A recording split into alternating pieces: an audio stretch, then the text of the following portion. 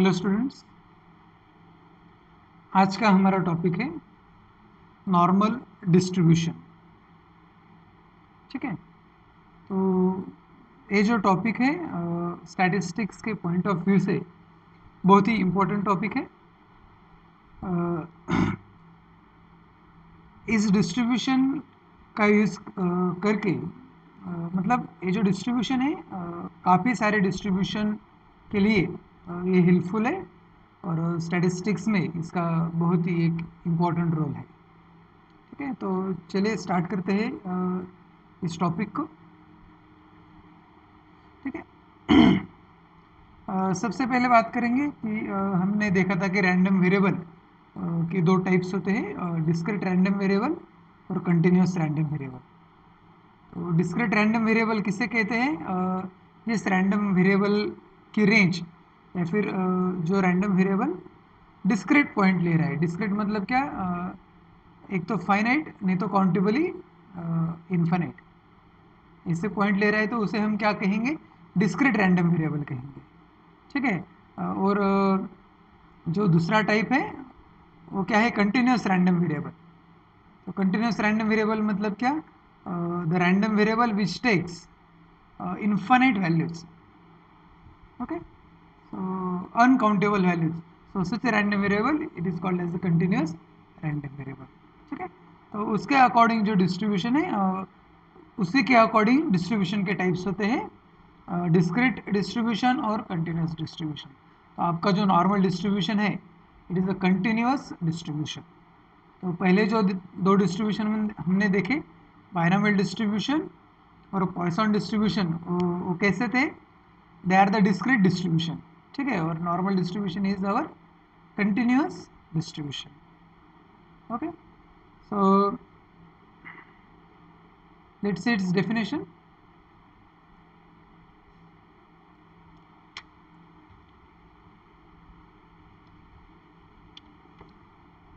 Let's see the definition of normal distribution.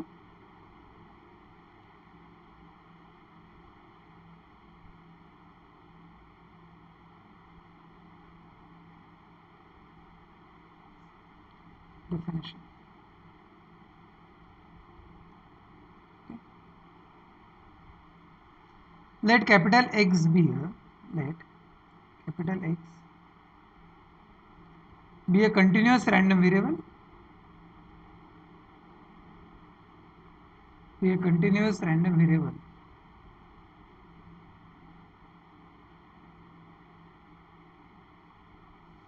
Is said to follow. Is said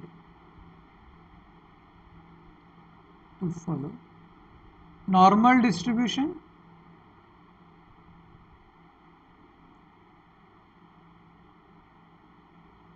normal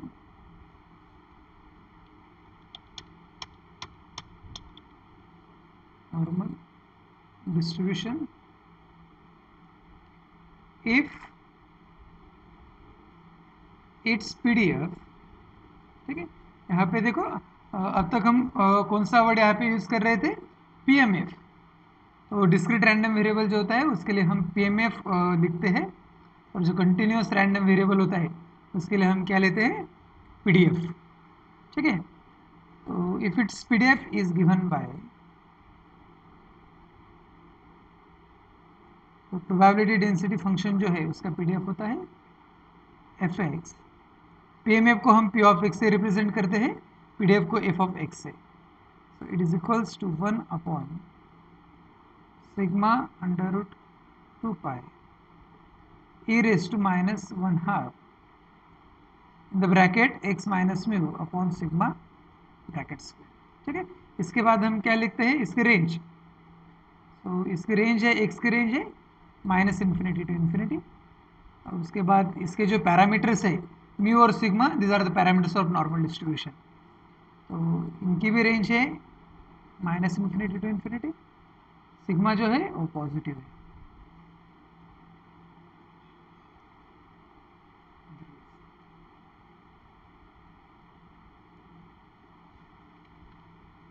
okay, इसका notation कैसा है? देखो notation, जैसे हमने बाइनोमियल डिस्ट्रीब्यूशन और पॉइसन डिस्ट्रीब्यूशन के नोटेशन देखे, उसी तरह से x follows normal distribution with parameter mu and sigma square. ठीक है, सो अगेन नॉर्मल डिस्ट्रीब्यूशन के पैरामीटर्स कितने हैं? 2 पैरामीटर्स है। बाइनोमियल डिस्ट्रीब्यूशन के कितने थे?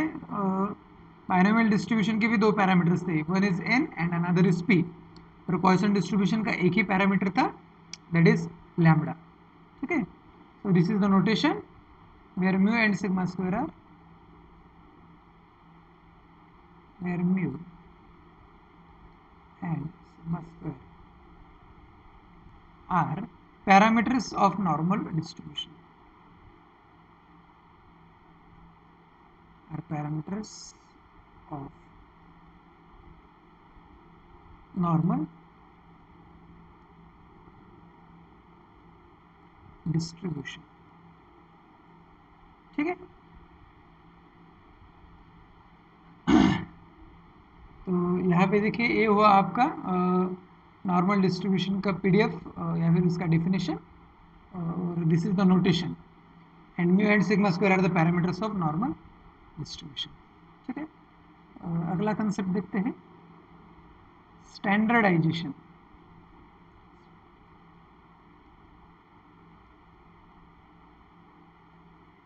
ठीक है, standardisation means what? If x follows normal distribution with parameter mu comma sigma square, then standardisation के पहले यहाँ पे देखो हम मीन वेरिएंस क्या है इसके वो देख लेते हैं। ठीक है, क्योंकि स्टैंडर्डाइजेशन का कंसेप्ट एक्सप्लेन करने के लिए मीन और वेरिएंस आपको पता होनी चाहिए। ठीक है, some real life situation,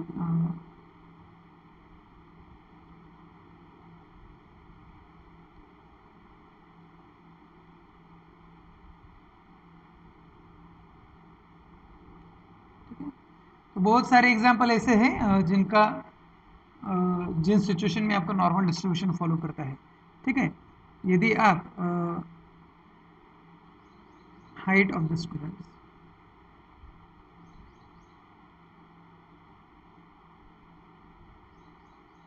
height of the students, weight of students, ठीक है, यदि आपने डेटा लिया स्टूडेंट्स की हाइट का, वेट का, और इसका यदि आपने डिस्ट्रीब्यूशन निकाला तो आपको नॉर्मल डिस्ट्रीब्यूशन मिलेगा।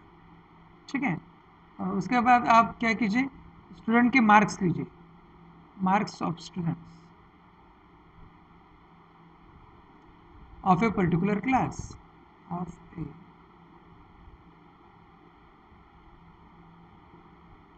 of a particular class। ठीक है, आप ही के क्लास का एक डेटा उठा लीजिए, उसके मार्क्स का आप डिस्ट्रीब्यूशन निकालिए, तो उसका भी डिस्ट्रीब्यूशन जो आएगा वो नॉर्मल डिस्ट्रीब्यूशन रहेगा। ठीक है, ऐसे ऐसे बहुत सारे एग्जांपल्स है, ठीक है, जिनमें नॉर्मल डिस्ट्रीब्यूशन फॉलो करता है। ठीक है, तो अब तक तो हमने सिर्फ डेफिनेशन देखा, नॉर्मल डिस्ट्रीब्यूशन फॉलो करता है मतलब उसका नेचर कैसे होता है, उसका ग्राफ कैसे होता है। ठीक है, तो ये सारी बातें अब डिस्कस करेंगे। ठीक है,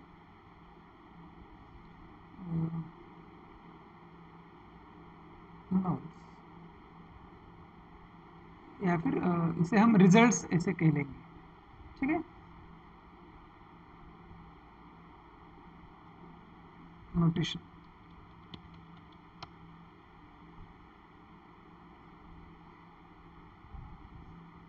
ओके, ठीक है, नोट्स नंबर 1। ठीक है, if x follows a normal distribution with parameter mu comma sigma square। ठीक है, तो सबसे पहले हम किसी भी डिस्ट्रीब्यूशन के लिए क्या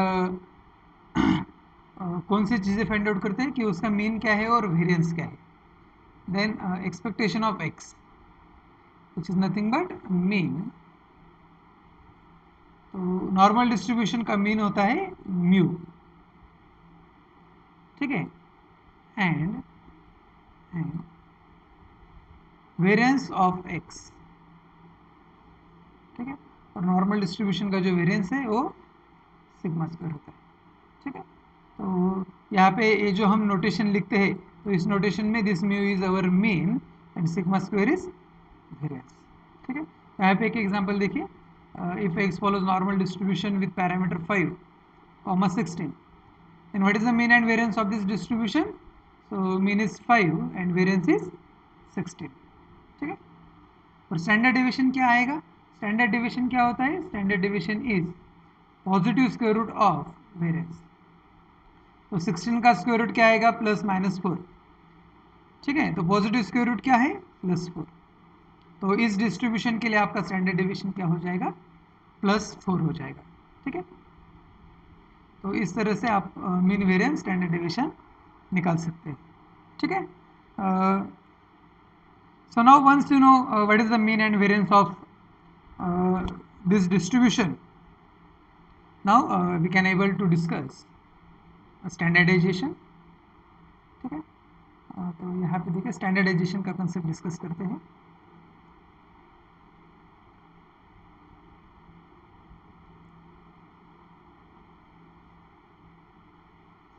ठीक है, स्टैंडर्डाइजेशन इसका कंसेप्ट क्या होता है? देखो आपका x जो है, x follows normal distribution with parameter mu comma sigma square, ठीक है।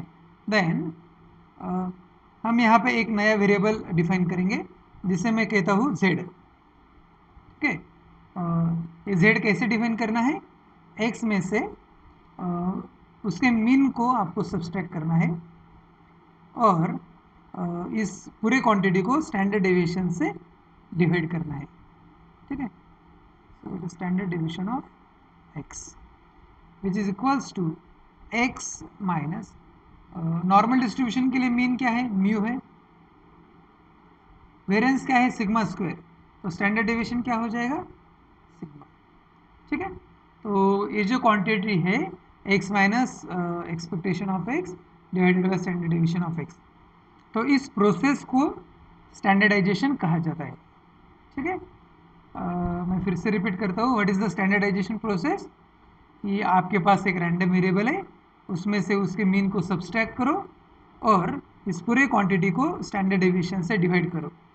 तो ये जो प्रोसेस है इसे हम क्या कहते हैं? स्टैंडर्डाइजेशन, ठीक है। तो स्टैंडर्डाइजेशन करने के बाद इसका जो डिस्ट्रीब्यूशन आएगा वो फिर से नॉर्मल रहेगा, लेकिन उसके पैरामीटर जो है अब वो पैरामीटर चेंज हो जाएंगे, ठीक है। तो ये जो म्यू और सिग्मा स्क्वायर थे, तो उसके पैरामीटर क्या हो जाएंगे? 0 और 1 हो जाएंगे, ठीक है। तो this is the process of standardisation. और स्टैंडर्डाइजेशन करने के बाद जो डिस्ट्रीब्यूशन आएगा वो क्या रहेगा? नॉर्मल 0 1। और इस डिस्ट्रीब्यूशन को क्या कहते हैं? ये जो पहले वाला डिस्ट्रीब्यूशन था इसे हम नॉर्मल म्यू सिग्मा स्क्वायर ऐसे कहते हैं, और अब स्टैंडर्डाइजेशन करने के बाद जो डिस्ट्रीब्यूशन आ रहा है इसे हम कहेंगे standard normal distribution, okay. So here z is called as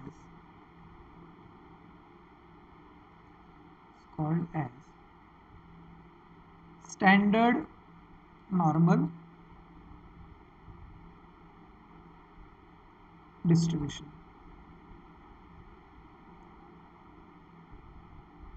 ठीक है।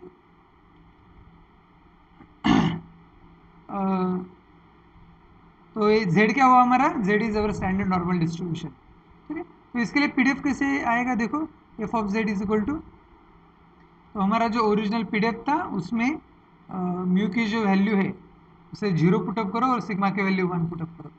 तो यहाँ पे देखो क्या आ जाएगा? 1 अपॉन अंडर रूट 2 पाई, यहाँ पे सिग्मा था वो 1 हो गया, e raise to minus 1 half,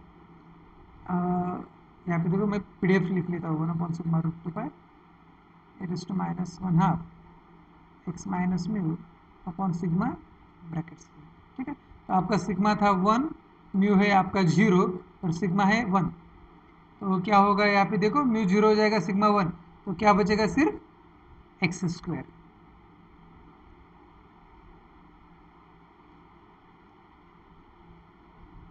ठीक है।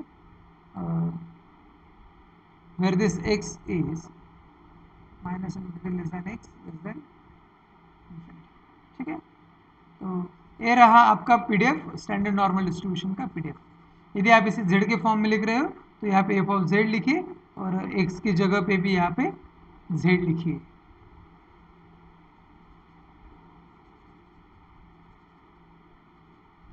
ठीक है, so this is the PDF of standard normal distribution. ठीक है, तो जनरल नॉर्मल डिस्ट्रीब्यूशन जो था हमारा म्यू सिग्मा स्क्वायर, उसके लिए मीन था हमारा म्यू और वेरिएंस था सिग्मा स्क्वायर। ठीक है, तो स्टैंडर्ड नॉर्मल डिस्ट्रीब्यूशन के लिए हमारा मीन क्या रहेगा, ये जो पहली क्वांटिटी है ये हमारा मीन होता है नॉर्मल के केस के लिए सिर्फ, it is not for every distribution. और नॉर्मल डिस्ट्रीब्यूशन ये जो हमारी पहली क्वांटिटी है ये हमारा मीन है और सेकंड क्वांटिटी जो है ये वेरिएंस है। So for standard normal distribution mean is 0 and variance is 1. ठीक है, therefore for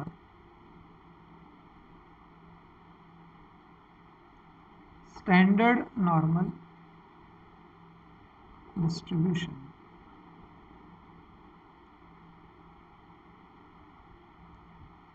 expectation of x is 0 and variance of x is 1. ठीक है, तो ये हुआ हमारा स्टैंडर्डाइजेशन का कंसेप्ट। ठीक है, और कुछ बातें समझ लेते हैं नॉर्मल डिस्ट्रीब्यूशन के बारे में। तो चलिए अब इसके नेचर के बारे में बात करते हैं। ठीक है, कि स्टैंडर्ड डिस्ट्रीब्यूशन का जो नेचर है वो कैसे होता है। सो let's see the third note, nature of. ठीक है, nature, nature means what, nature के इसमें हम किसके बारे में बात करते हैं, coefficient of skewness and coefficient of कुर्टोसिस। ठीक है, तो नॉर्मल डिस्ट्रीब्यूशन जो है, नॉर्मल डिस्ट्रीब्यूशन इज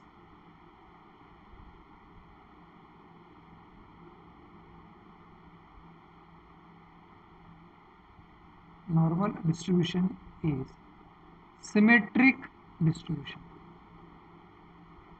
ठीक है, ये हुआ हमारा कोएफिशिएंट ऑफ स्क्यूनेस के बारे में। तो नॉर्मल डिस्ट्रीब्यूशन है सिमेट्रिक डिस्ट्रीब्यूशन है, और क्यूटोसिस के बारे में इट इज मेसोकुर्टिक डिस्ट्रीब्यूशन। तो आपको एमसीक्यू में ऐसे पूछा जाता है कि नॉर्मल डिस्ट्रीब्यूशन कैसा डिस्ट्रीब्यूशन है। ऑप्शन में होगा symmetric, positively skewed, negatively skewed, none of these. So the answer is symmetric and mesocultic distribution. और क्यूटोसिस के बारे में यदि पूछा तो normal distribution is dash dash, options mesokurtic, platykurtic, leptokurtic, none of this. So the answer is mesokurtic distribution. So the normal distribution is symmetric and mesokurtic distribution.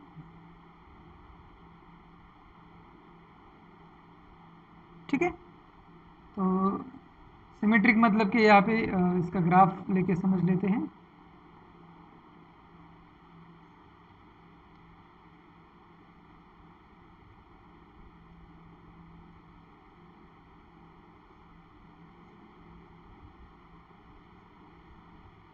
Symmetric मतलब क्या, यदि मैं यहाँ से एक लाइन ड्रॉ करूँ जो है हमारा म्यू। ठीक है, तो यहाँ से जो आगे प्रोबेबिलिटी है वो प्रोबेबिलिटी और इस लेफ्ट साइड में जो प्रोबेबिलिटी है आपकी क्या होनी चाहिए, सेम होनी चाहिए। ठीक है, तो यहाँ पे देखो probability x greater than mu is equals to probability of x less than. ठीक है, तो इस तरह से इसका ग्राफ होता है। This is positively skewed, sorry symmetric and mesokurtic. ये हुआ आपका नॉर्मल म्यू सिग्मा स्क्वायर के केस में, और यही ग्राफ यदि आपका ऐसे रहा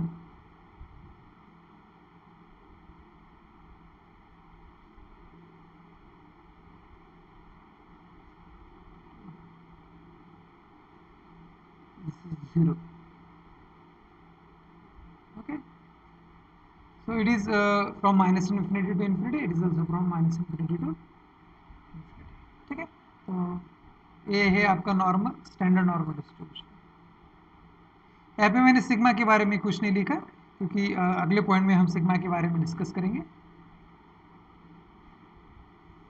ठीक है। तो जो ग्राफ है आपका नॉर्मल डिस्ट्रीब्यूशन का इस तरह से होता है। सिमेट्री का मतलब क्या है? सिमेट्री का मतलब है कि probability of x greater than mu, it is equal to probability of x less than mu, ठीक है। ये सेम होगा और वो कितना होगा? टोटल प्रोबेबिलिटी जो है आपका वो 1 है, ठीक है। तो यहाँ से ये जो प्रोबेबिलिटी है आपकी रहेगी 1/2 और इस साइड की प्रोबेबिलिटी जो है 1/2। उसी तरह से for normal distribution probability of x less than 0, it is equals to probability of x greater than 0, it is equals to 100, ठीक है। और हम इसके बारे में ऐसे भी लिख सकते हैं, यदि मैं ये पॉइंट जो है म्यू प्लस सिग्मा लिखूँ और ये पॉइंट लिखूँ यहाँ से म्यू माइनस सिग्मा, या फिर म्यू प्लस सिग्मा जाने दीजिए, x ग्रेटर देन a, यहाँ पर कोई a पॉइंट है, it is equals to probability of x, तो इस साइड आपका कौन सा पॉइंट होगा? माइनस a होगा,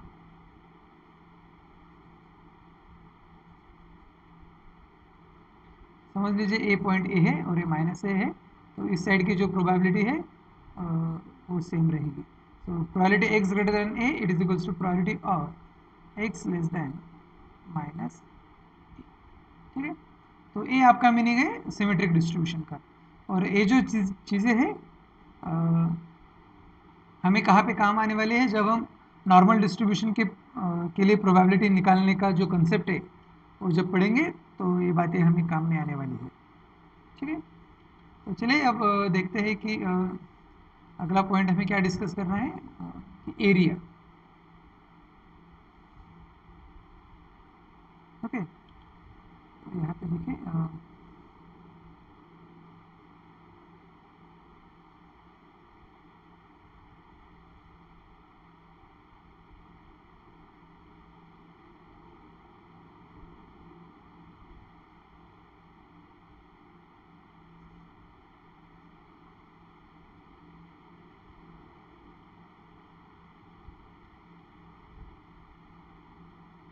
ठीक है, ये है आपका mu.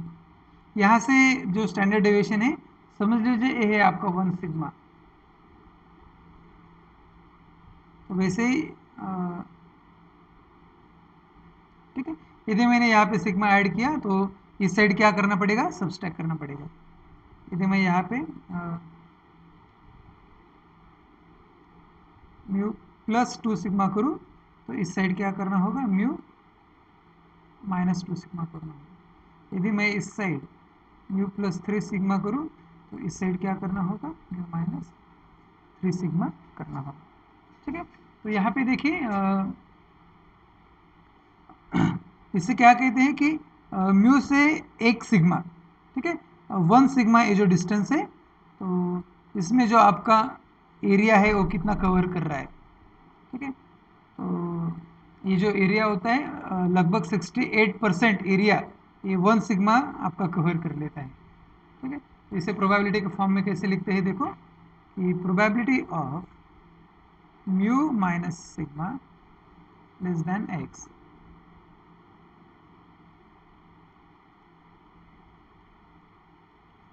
Less than x less than mu plus sigma, तो ये कितनी प्रोबेबिलिटी कवर करता है? 0.68, ओके, 23, मतलब लगभग 68.3%, ठीक है। प्रोबेबिलिटी के फॉर्म में कहेंगे तो 0.6823 और परसेंटेज के फॉर्म में कहेंगे कि 1 सिग्मा में कितना एरिया कवर हो रहा है, तो उसका आंसर आएगा 68.3%, ठीक है। इसके बाद 2 सिग्मा में कितना एरिया कवर करता है? Mu minus 2 sigma less than x less than mu plus 2 sigma, तो इसका आंसर है 0.9545, ठीक है। तो लगभग 95.5% एरिया जो है ये कवर करता है, ठीक है, 95.4%। और ठीक है, ये 95 के बाद की वैल्यू आप चेक कर लेना बुक में। Probability of mu minus 3 sigma less than x less than mu plus 3 sigma, ठीक है। यहाँ पे देखिए म्यू माइनस 2 सिग्मा मतलब यहाँ से लेकर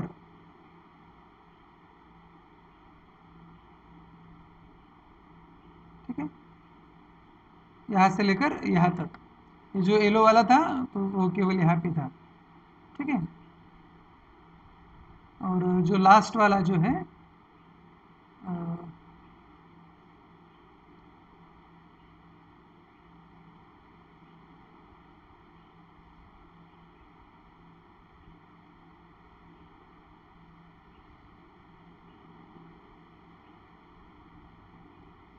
ठीक है,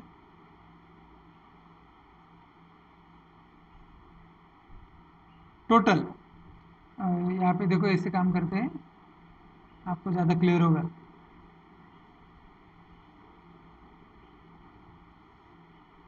यहाँ से लेकर यहाँ तक,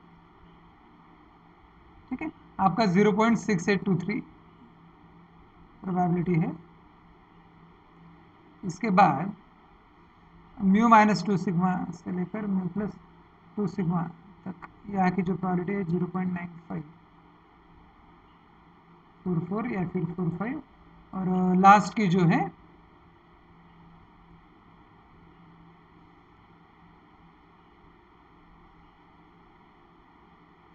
तो ये जो है आपकी 0.9973, 0.997, ठीक है। मतलब प्लस माइनस 3 सिग्मा में आपका कितना एरिया कवर होता है, लगभग 99.7% इतना एरिया आपका कवर होता है, ठीक है। तो ये हमने बात किया कि नॉर्मल म्यू सिग्मा स्क्वायर के बारे में। यदि यही मैं ऐसे ले लूँ कि let x follows normal distribution with parameter mu sigma square, तो इस केस में आपका यही कैसे हो जाएगा, प्रोबेबिलिटी ऑफ सिग्मा क्या है आपका, सॉरी मुझे अब स्टैंडर्ड नॉर्मल डिस्ट्रीब्यूशन के बारे में बात करनी है। तो उसके लिए आपका मीन है 0 और वेरिएंस है 1। तो म्यू क्या है आपका 0, sigma is -1, so probability of -1 less than x less then 1, ये आपकी हो जाएगी 0.68। उसके बाद probability of -2 less than x less then 2, ये आपकी हो जाएगी 0.9545। उसके बाद probability of -3 less than x less then 3, आपकी ये प्रोबेबिलिटी हो जाएगी 80, ठीक है। तो इस तरह से ये प्रोबेबिलिटीज होती है, ठीक है। तो यहाँ पे हमने क्या डिस्कस किया कि एरिया जो है प्लस माइनस 1 सिग्मा में, प्लस माइनस 2 सिग्मा में या फिर प्लस माइनस 3 सिग्मा में कितना एरिया कवर कर रहा है, तो ये बातें हमने यहाँ पे डिस्कस की। तो ये जो बातें हैं एग्जाम्पल सॉल्व करने के लिए आपको हेल्पफुल होती है, ठीक है। तो चलिए और कुछ बातें इसकी नॉर्मल डिस्ट्रीब्यूशन के बारे में डिस्कस करते हैं। तो हमने अब तक क्या देखा कि इसका मीन क्या है, वेरिएंस क्या है, स्टैंडर्डाइजेशन, उसके बाद नेचर कैसा है। यहाँ पे देखो नेचर इसका सिमेट्रिक है, तो इसी के ऊपर से और एक नोट देख लेते हैं कि किसी भी सिमेट्रिक डिस्ट्रीब्यूशन के लिए जो है आपका मीन, मीडियन और मोड सेम होता है। और क्योंकि नॉर्मल डिस्ट्रीब्यूशन आपका सिमेट्रिक है, इसलिए फॉर नॉर्मल डिस्ट्रीब्यूशन आपका मीन, मीडियन और मोड क्या होगा, सेम होगा।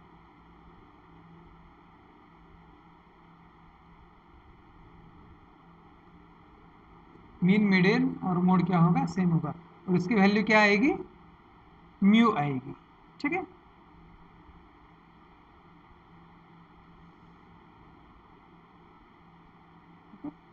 और इसके एडिटिव प्रॉपर्टी के बारे में बात करते हैं।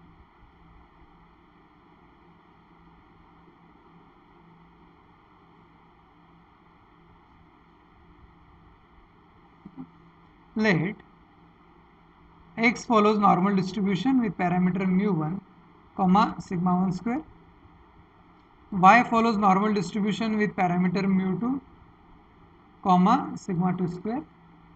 Here x and y are independent.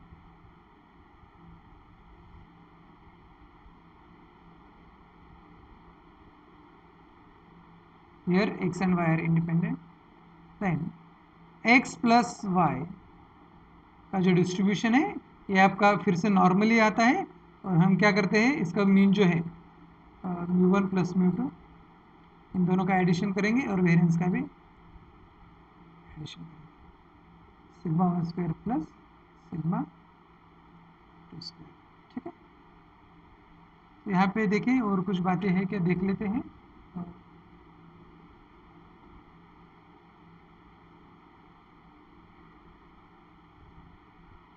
ठीक है,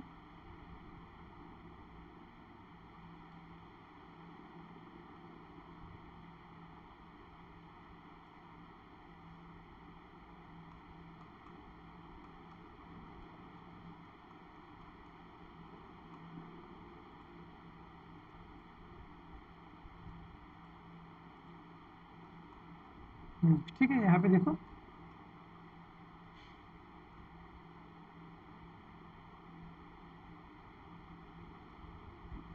अच्छा, ये एक पॉइंट सिर्फ डिस्कस करने का बाकी है और कंपटीशन ऑफ प्रोबेबिलिटीज ये बाकी है। ठीक है, ओके, ठीक है,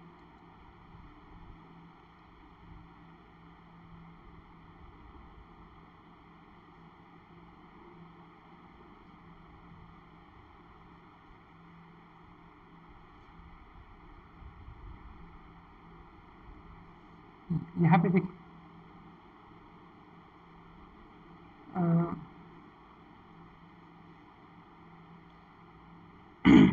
यदि मैं ग्राफ ऐसा निकालूं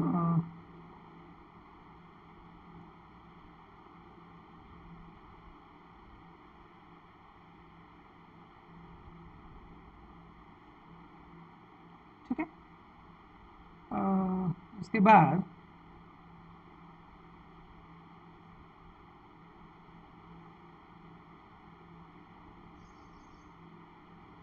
ठीक है, और आखिरी में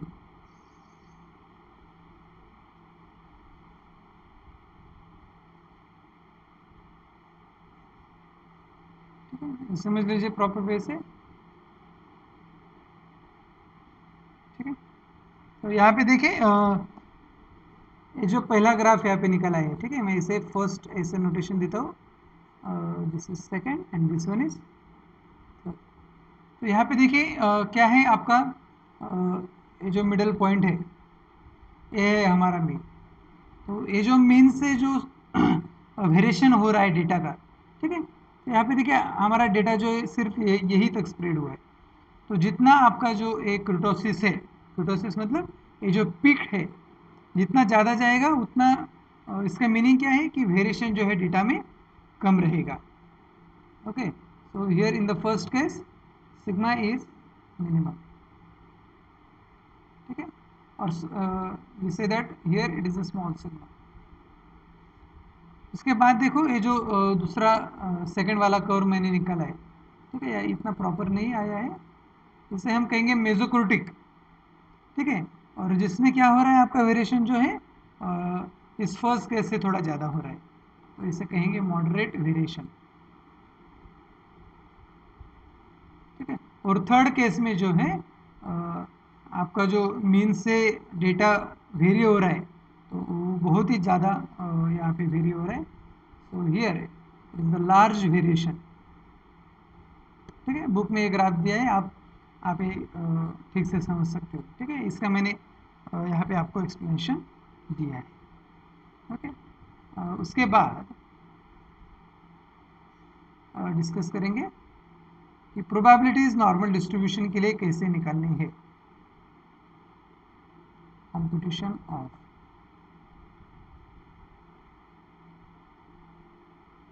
प्रोबेबिलिटीज। ठीक है, तो चलिए फॉर नॉर्मल डिस्ट्रीब्यूशन। अभी नॉर्मल डिस्ट्रीब्यूशन ही चल रहा है तो ये लिखने की कोई, ठीक है चलो लिख लेते हैं।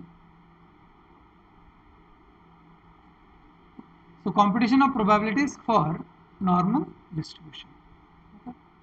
तो यहाँ पे देखिए let x follows normal distribution with parameter mu comma sigma. ठीक है.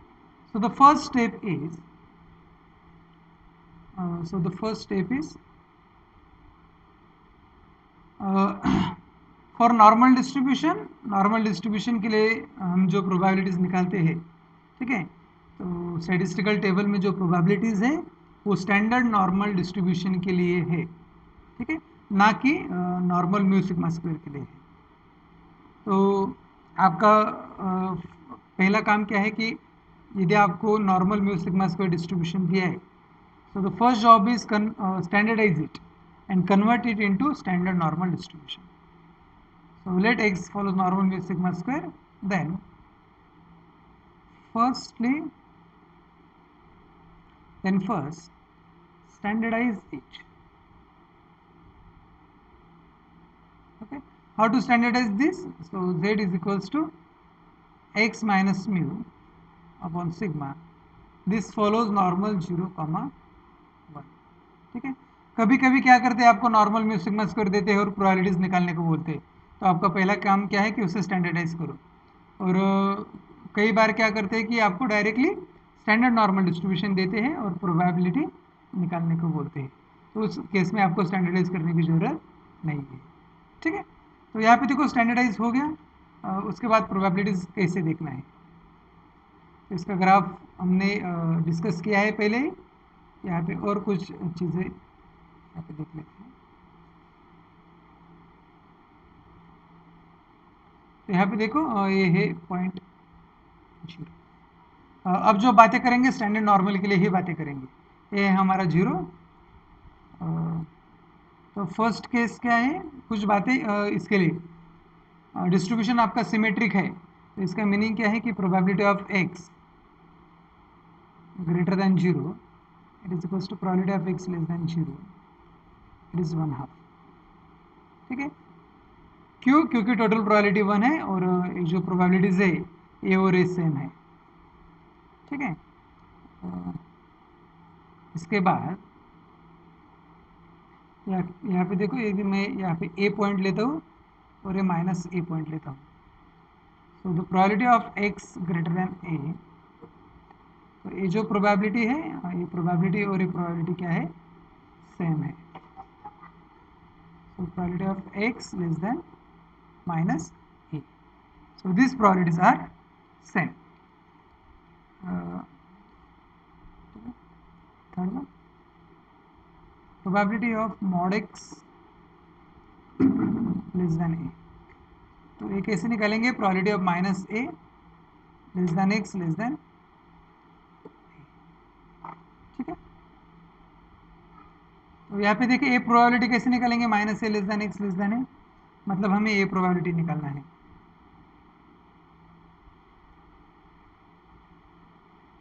ठीक है, this is your minus a and this is your plus a, a बीच की प्रोबेबिलिटी निकालना है। तो टोटल प्रोबेबिलिटीज क्या है, टोटल प्रोबेबिलिटी है हमारी 1, उसमें से हमें क्या माइनस करना है,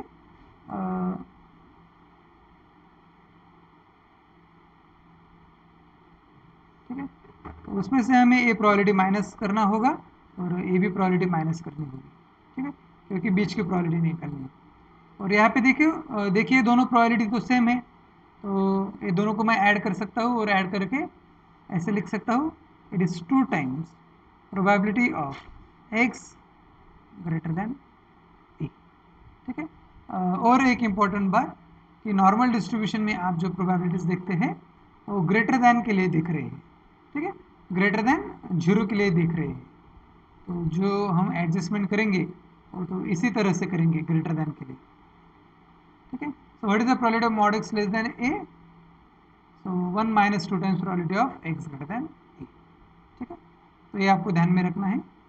उसके बाद probability of mod x greater than a, it is equals to mod x greater than a मतलब क्या, probability of x greater than a plus probability of x less than minus a, ठीक है।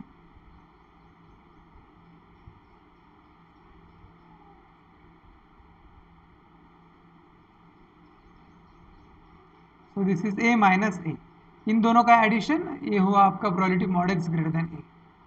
तो ये दोनों तो सेम है, तो इसे मैं ऐसे भी लिख सकता हूँ कि 2 times probability of x greater than a, ठीक है। तो ये कुछ बातें हैं जो हमें प्रोबेबिलिटीज निकालने के लिए काम में आती है, ठीक है। So the probability of x greater than 0 equals to probability of x less than 0, it is 1/2, ठीक है।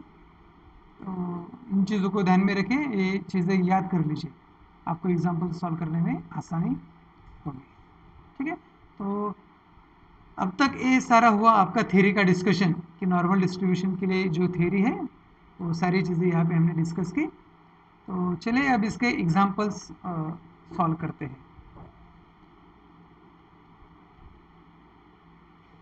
ठीक है। एग्जाम्पल, ठीक है, यहाँ पे एग्जाम्पल देखते हैं। If z is standard normal variate then find, ठीक है। क्या दिया हुआ है यहाँ पे देखो, एग्जाम्पल नंबर 1, z इज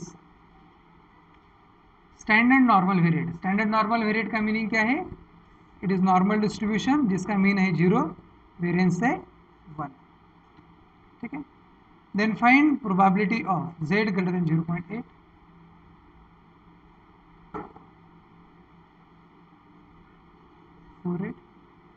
ठीक है। इसके बाद क्या क्या निकलना है वो सारी चीज़ें मैं यहाँ पे लिख लेता हूँ। z less than -1.04,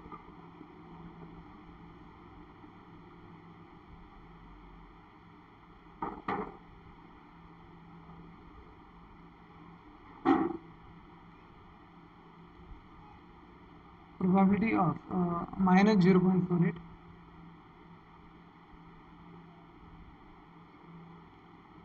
less than z less than 2.08,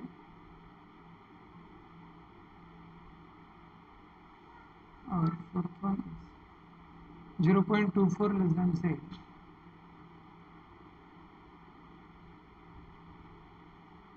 0.96, ठीक है। तो ये ठीक से समझ लीजिए, ये बहुत ही इंपॉर्टेंट एग्जाम्पल है, तो ऐसे एग्जाम्पल आपको पूछे जा सकते हैं, ठीक है।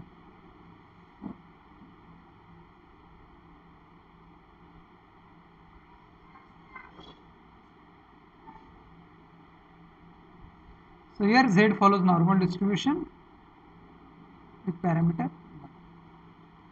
आपको क्या निकालना है, probability of z greater than 0. इसका ग्राफ कैसे होता है, ये आपका है 0.48, यहाँ पे आएगा, आपको ये प्रोबेबिलिटी निकालनी है। तो स्टैटिस्टिकल टेबल जो है मैंने आपको बताया कि 0 से जो आगे के पॉइंट है उनके लिए हम प्रोबेबिलिटी निकाल सकते हैं। तो स्टैटिस्टिकल टेबल में हम इसके लिए प्रोबेबिलिटी निकाल सकते हैं। तो इसका आंसर है स्टैटिस्टिकल टेबल से। तो ये कैसे देखना है वो यहाँ पे देख लेते हैं।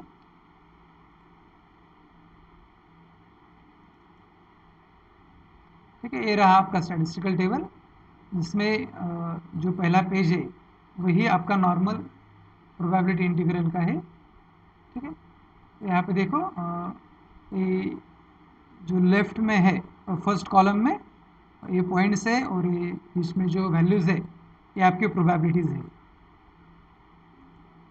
ठीक है, कौन से पॉइंट के लिए हमें देखना है, 0.48 के लिए। तो 0.48 कैसे देखना है, देखो यहाँ पे सिर्फ 1 डिजिट तक है, तो इस कॉलम में 0.4 देखिए, 0.4 और 8 यहाँ देखिए, तो 0.48 इसके लिए आपकी वैल्यू क्या आई, 31561। तो इसे डायरेक्टली ऐसे नहीं लिखना है, तो यहाँ पे देखिए 0. यहाँ पे जो लगा है 0 पॉइंट और ए वैल्यू लिख दीजिए। तो आंसर क्या आया आपका 0.3156।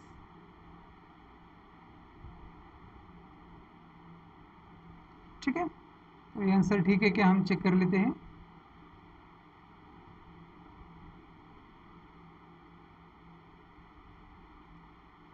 यहाँ पे देखो 0.3156 फ्रॉम नॉर्मल टेबल। ठीक है, अगला एग्जांपल करते हैं। Probability of z less than -1.04।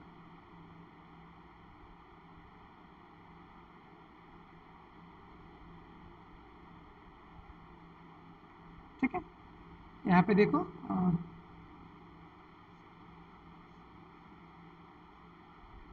आपका ए रहा पॉइंट -1.04 और ए रहा 1.04। ठीक है, तो मैंने आपको क्या बताया कि probability of z less than -a, यहाँ पे देख लीजिए। ठीक है, ये आपका स्टैंडर्डाइज रैंडम वेरिएबल है। So x greater than a equals to probability of x less than -a। So probability of z less than -1.04 it is equals to probability of z greater than 1.04। Okay, from the property of normal distribution कि आपका normal distribution जो है symmetric है। तो ये probability आप statistical table में से देख सकते हो। तो यहाँ पे देख लीजिए 1.04, 1.0 यहाँ पे है और उसके लिए 4, 14917 और इसके आगे एक पॉइंट है 0.14917, 0.14। ठीक है, यहाँ पे चेक कर लेते हैं आपके बुक में आंसर। तो ये रहा आपका answer 0.41917। So this is due to symmetry।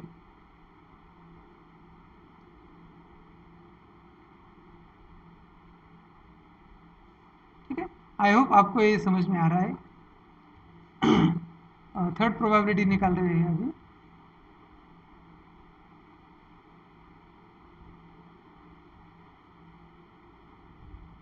Less than z less then 2.0।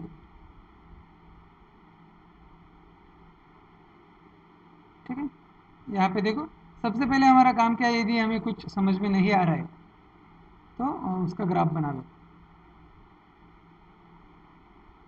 2.08 यहाँ पे कहीं पे होगा, उसके बाद -0.48 ये रहा। ठीक है, तो ये बीच की प्रोबेबिलिटी निकालनी है। तो ये कैसे निकालेंगे, it is equals to total probability है 1 माइनस ए वाली प्रोबेबिलिटी माइनस कर दो और ए वाली प्रोबेबिलिटी भी माइनस कर दो। ठीक है, तो 1 minus probability of z less then -0.48 minus probability of z greater then. ठीक है, ए वाली प्रोबेबिलिटी माइनस करनी होगी और ए वाली प्रोबेबिलिटी क्या है, z लेस देन -0.48 और यहाँ की प्रोबेबिलिटी क्या है, ग्रेटर देन 2.08।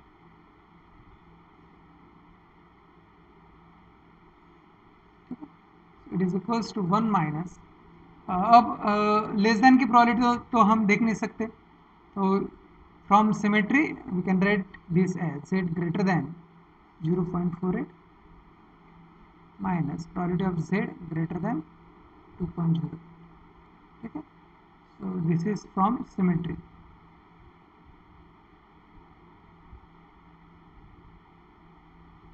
ठीक है, तो अब हम ये सॉल्व कर सकते हैं। 1 माइनस z ग्रेटर देन 0.48 की प्रोबेबिलिटी हमने यहाँ पे निकाली है 0.3156।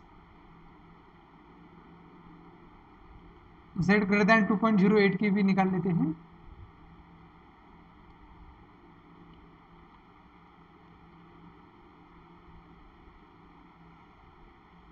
टू पॉइंट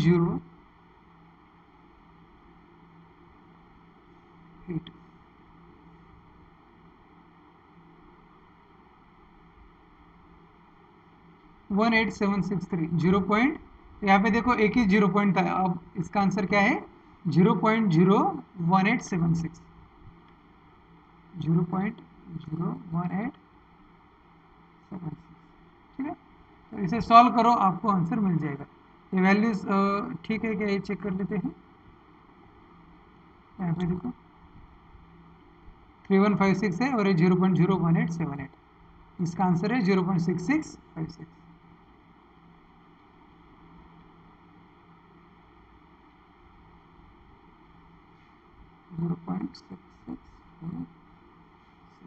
ठीक है। अगला पार्ट यहाँ पे देखते हैं, probability of 0.24 less than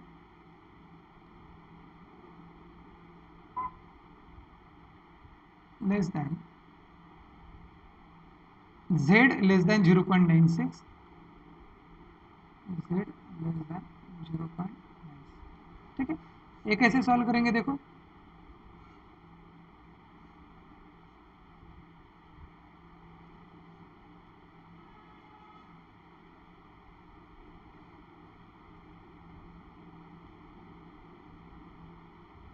zero point two four भी यहीं पे है 0.24, उसके बाद 0.96 भी यही है। ठीक है, तो ये प्रोबेबिलिटी कैसे निकालेंगे, ये प्रोबेबिलिटी मुझे निकालना है, तो ये प्रोबेबिलिटी मैं ऐसे निकालूंगा कि मुझे ग्रेटर दैन की प्रोबेबिलिटी मैं निकाल सकता हूँ, तो यहाँ से आगे की प्रोबेबिलिटी निकाल लूँगा। ठीक है, पहले ये वाली प्रोबेबिलिटी निकालता हूँ, 0.24 से आगे की प्रोबेबिलिटी निकालता हूँ, वो ज़्यादा रहेगी। ठीक है, और 0.96 की जो प्रोबेबिलिटी है वो कम रहेगी, क्योंकि वो कम एरिया कवर कर रहा है। तो इसमें से मैं क्या करता हूँ इसे, ठीक है, तो 0.24 की प्रोबेबिलिटी देखो क्या है,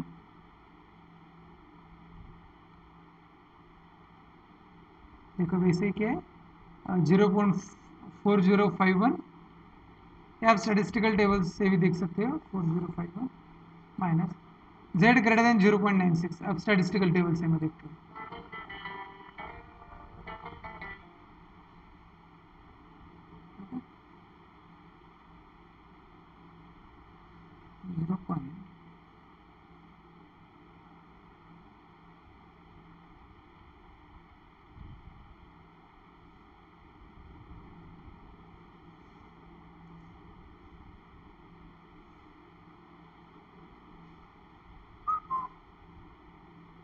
0.96 की प्रोबेबिलिटी मुझे देखना है।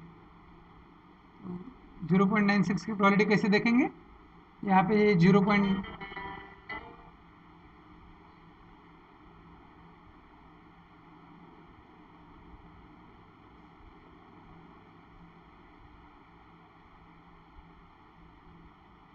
तो ये रहा आपका 0.9 और 6 है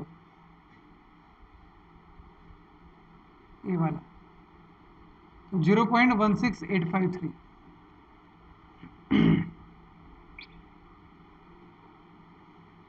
ठीक है, तो ये सॉल्व करो आपको आंसर मिल जाएगा। तो इसका आंसर यहाँ पे देखो,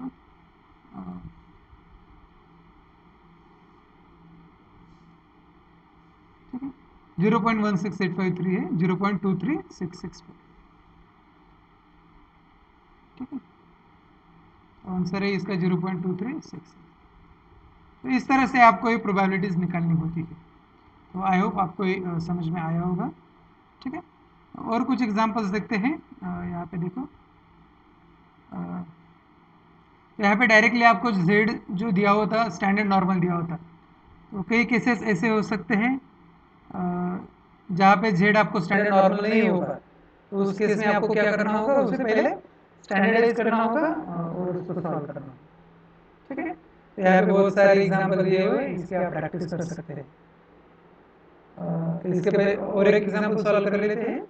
यहाँ पे 4 एग्जांपल्स दिए हैं, तो दो आप ट्राई करो। ठीक है, मैं आपको और एक एग्जांपल यहाँ पे करके देता हूँ। यहाँ पे देखिए,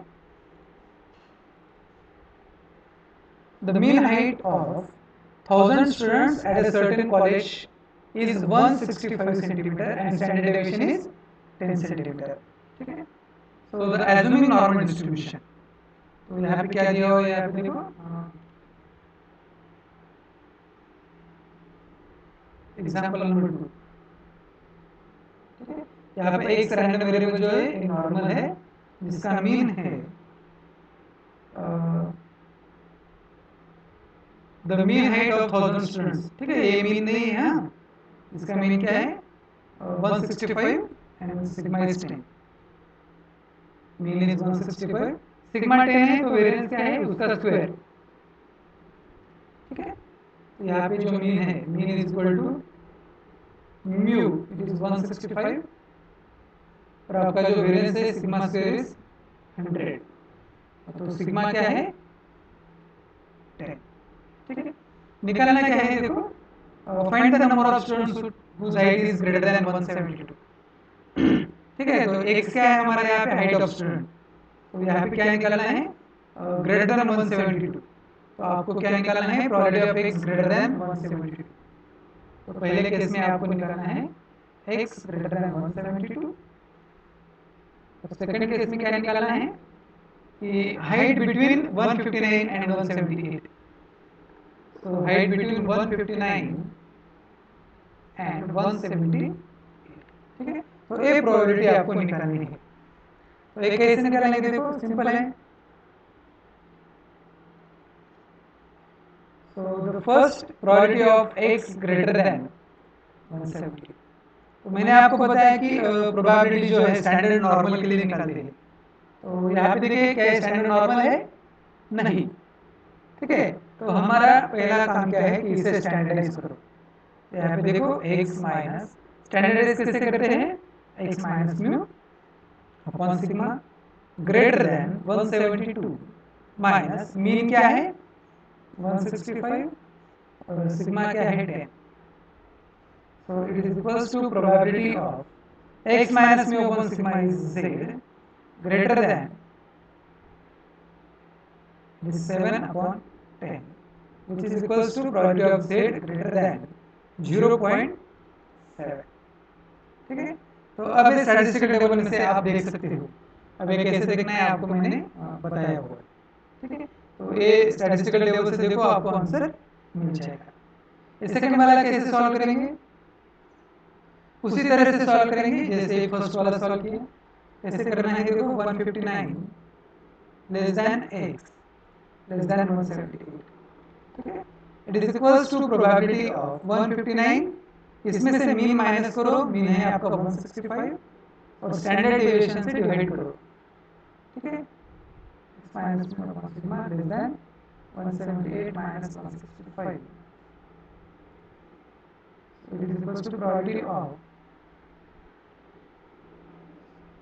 -6 upon 10,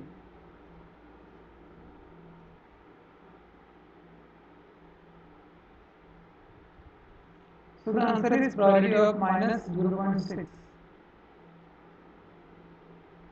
less than z less than 1 point, ठीक है। तो ये प्रोबेबिलिटी आप स्टैटिस्टिकल टेबल से देख सकते हो। इससे पहले निकालेंगे कैसे, ग्राफिकली इसे देख लेते हैं, ये रहा आपका माइनस 0.6 1.3, ठीक है, ये प्रोबेबिलिटी निकालनी है। तो ये टोटल प्रोबेबिलिटी, ये प्रोबेबिलिटी कैसे निकालेंगे, 1 minus total probability is 1 minus probability of z less than minus 0.6, ठीक है, ये वाली, और कौन सी प्रोबेबिलिटी माइनस करेंगे, माइनस प्रोबेबिलिटी ऑफ ये वाली प्रोबेबिलिटी माइनस करेंगे, ठीक है, ये वाली प्रोबेबिलिटी माइनस करेंगे जो कि क्या है, probability of z greater then,